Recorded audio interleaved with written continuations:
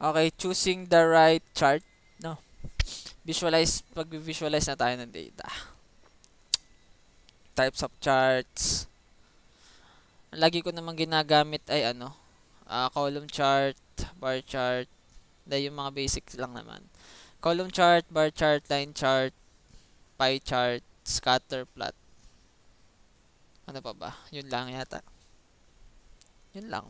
Meron kasi iba't ibang chart na parang more on pag-analyze na, hindi na pagpe-present. Yun kasi mas madaling maintindihan eh.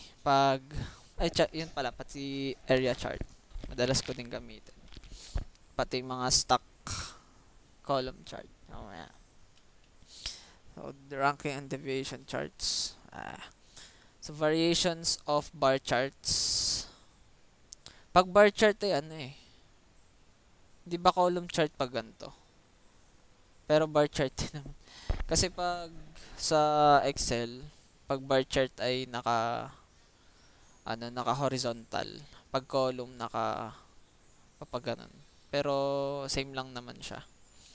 And ginagamit yung horizontal pag mahaba yung pangalan. And pag ginagamit din yung bar chart pag nagko-compare ka ng categorical data. And pag ako nagamit ng nung horizontal, mas magandang tawag doon, yung i-arrange mo siya in yung highest to lowest, or maximum to minimum, maximum to minimum. Basta i-arrange nyo siya, yun isa-sort nyo siya. Variations of bar charts, stack, and 100% stack. Hindi ko masyadong ginagamit yung itong isa, yung stack. Kasi tumitingin din ako sa Y values. So hindi siya tugma. Hindi sinama dito yung magkakatabing bar chart. Ayun.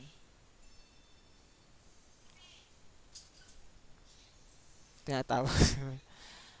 Tapos dito naman sa 100% chart, ginagamit ko to kasi parang siya.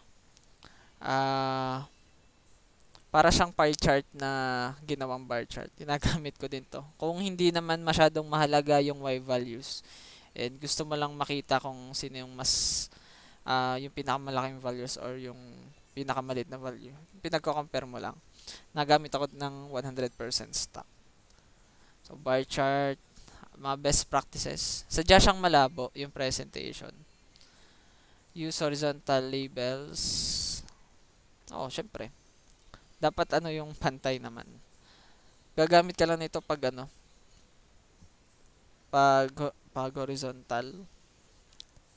Pag mahabang pangalan, ka na, yung horizontal bar chart. Okay, space bars appropriately. Start the y-axis value at 0. So, dyan namang start at 0 naman lagi. Use consistent colors. So, dapat pare-pareho siya. Gusto ko pa dati yung iba-iba eh. Kasi magkakaiba naman yung data na kino-compare ko. Pero, mas maganda pag, siya. Pag magkakapareho. Okay. So, pie charts. Ginagamit ko lang. Kailan ko ba ito ginagamit? Hindi ako mahilig sa pie chart. Pero, pwede na rin siya. Basta may by yung percent, by 100%. Or tinitingnan mo lang kung yung proportion ng data. Gagamit ako ng pie chart. Visualize. So, ito. Best practices sa paggamit ng pie chart. So, kailangan kaunti lang din yung category sa chart. Kasi mas parang hindi na pag marami. Kasi maliliit na yung strands, no? Mas malaga pag hanggang 5 lang. So don't use multiple pie charts per comparison.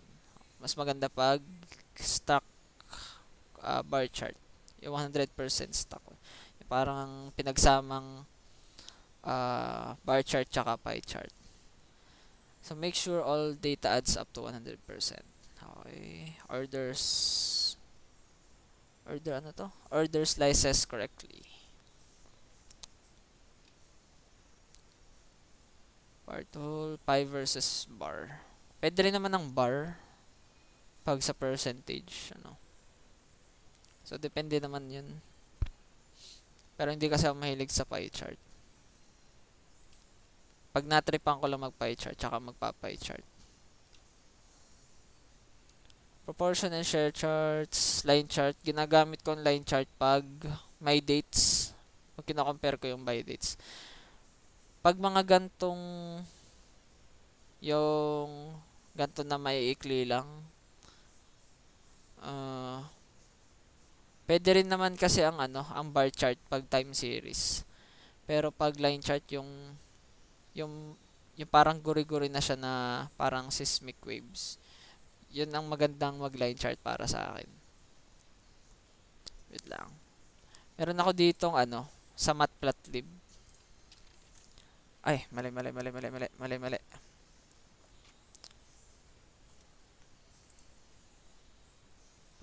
Pakita ko lang yung visualization ko nung So, line chart. Line chart best practices.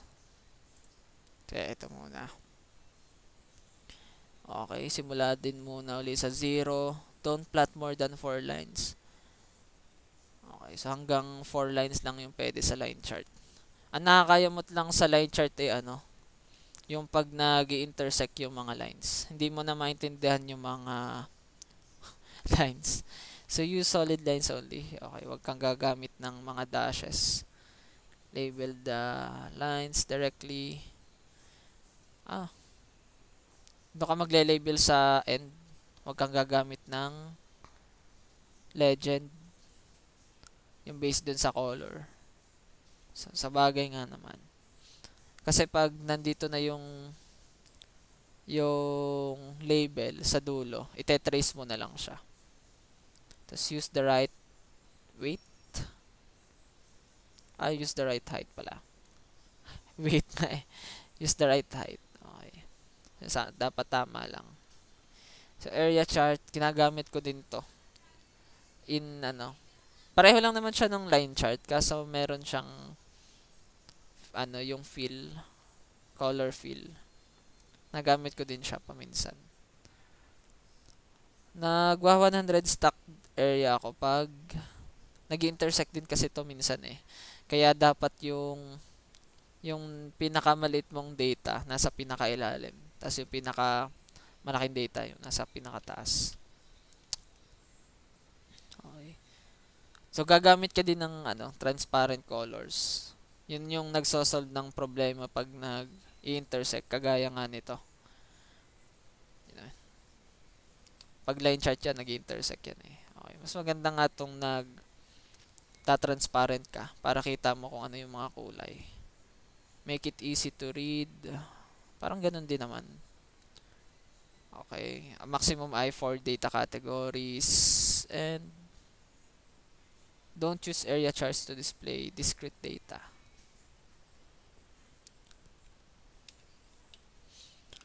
Distribution and correlation charts. Okay. So, histogram. Sa frequency lang siya. Kung yung data mo ay maganda rin sa Excel, na identify niya pag histogram. Bibilangin niya lang yung dun sa category.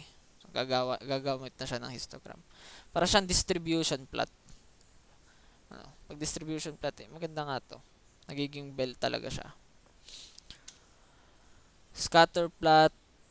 So, kailangan may values ka for X and Y. Ginagamit siya for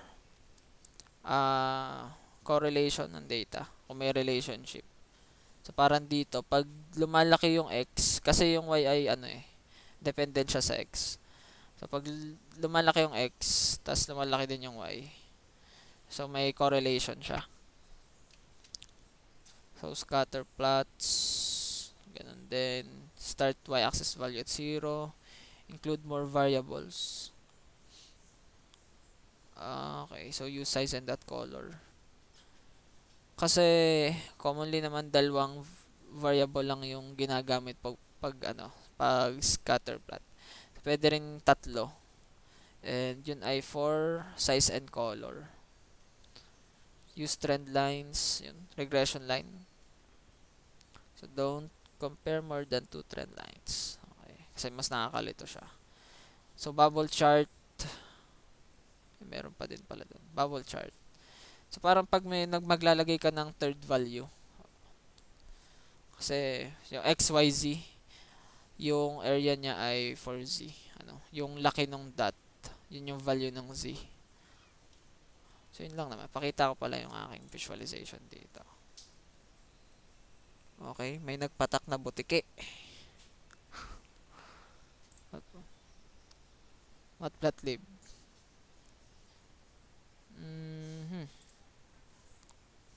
Tingnan ko to. Kasi dito ako natuto mag-visualize eh.